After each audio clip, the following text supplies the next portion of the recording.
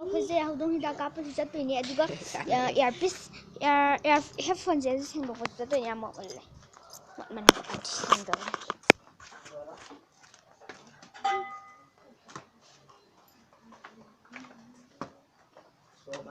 ꯁꯣ ꯍꯧꯖꯤꯛ ꯍꯥꯡꯗꯣꯛꯆꯔꯒꯦ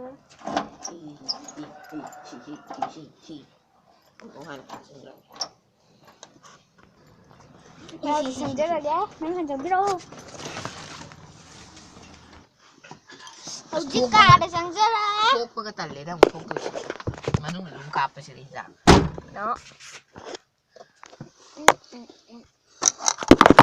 ꯍꯧꯗꯣꯡ ꯑꯣꯠꯆꯔꯛꯀꯦ ꯃꯌꯥꯝ ꯐꯝꯃꯅꯨ ꯑꯗꯨ ꯐꯝꯍꯜꯂꯣ ꯁꯤꯗ ꯂꯩꯔꯦ ꯍꯧꯗꯣꯡ ꯀꯤꯇꯤ ꯃꯃꯤꯡꯁꯦ ꯑꯩꯈꯣꯏ ꯑꯗꯨꯝ ꯄꯨꯡꯁꯤꯟꯗ ꯂꯩꯕꯗꯣ ꯑꯃ ꯍꯦꯛꯇ ꯀꯧꯔꯛꯄꯗ ꯑꯗꯨꯝ ꯉꯥꯎꯕꯤꯒꯅꯣ ꯀꯤꯇꯤꯗꯤ ꯀꯧꯕ꯭ꯔꯦ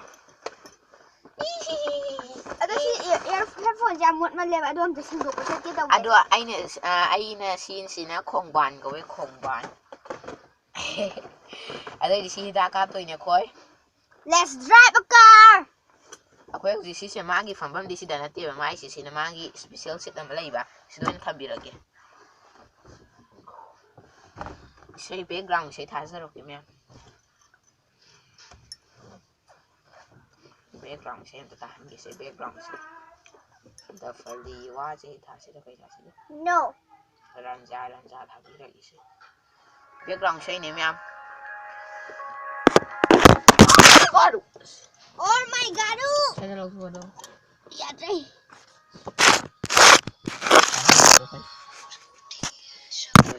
ꯃꯌꯥꯝ ꯁꯥꯎꯕꯤꯒꯅꯨꯀꯣ ꯕꯦꯛꯒ꯭ꯔꯥꯎꯟ ꯏꯁꯩ ꯊꯥꯁꯦ ꯅꯪ ꯑꯁꯤ ꯐꯖꯅ ꯍꯥꯡꯗꯣꯛꯇꯣꯏꯅꯤ बिखरा सा रूखा रूखा चुप नहीं चुप है राजा बोले कैसे लेना जा आजा आजा बोले कैसे लेना जा बोले कैसे लेना जा तुम्हारी है कौन गला में अब दूंगी Maya mau jadi jauh deh. Kali ini macam apa tadi? Iya. Waduh.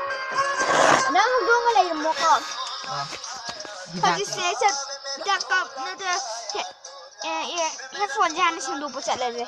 Ada ayah jika magam hudung ga magdi leh orangnya hai guard dah. Kele. Ya sini.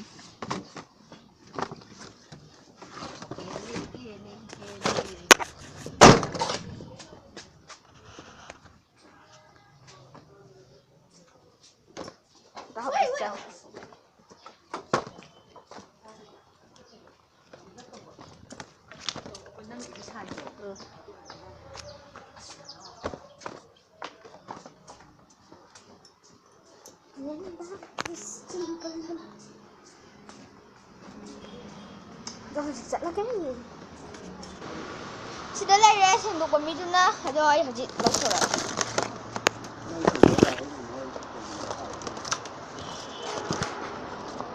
Siapa tu sendok tu?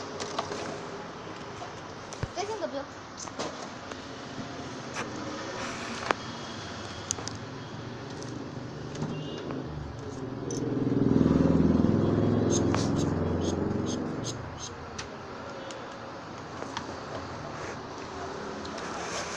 Yang kuina jangda punya sendok pada ada sigba komputer macam tu pasti tu sendok bagi lagi ada mafam je ai hajar ke lora je paisa se kaya mai je sendok pasti lupa yang kerja mana pokok ada sendok lora je ada mafam je hajar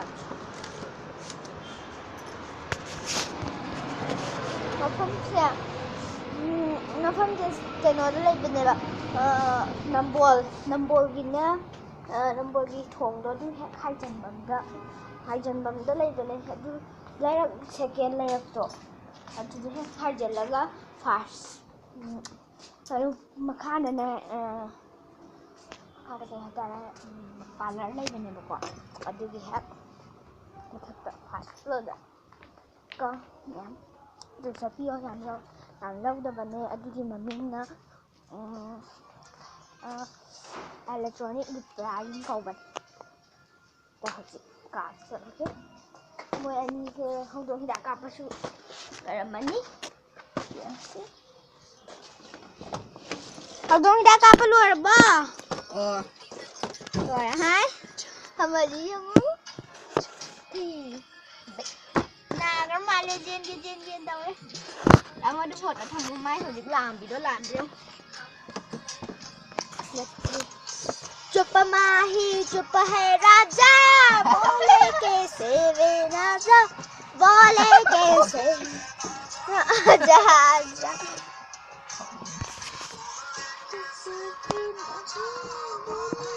Pokoknya itu.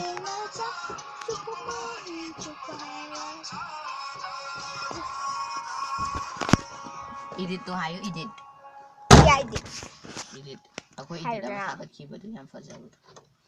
Aku kano blog tara edit ki akhoi family ki thagat khimne ado mayam yengbiyo. Amamamtang oina su thagat khini. Amamamtang oina edit khar tawraga thagat khini ado mayam yengbiyo. Yam edit tawbase kayadi haijade ado kitang tawboduna benbirum mayam. Ado hojik matang saisida loisanjarage ai amuka hana haijage hojiki electronic hojiki ai headphone chengdorkodo adudo mai adu mamingna electronic repairing kobale aduga nambolgi first layer nambolgi layer amadu changa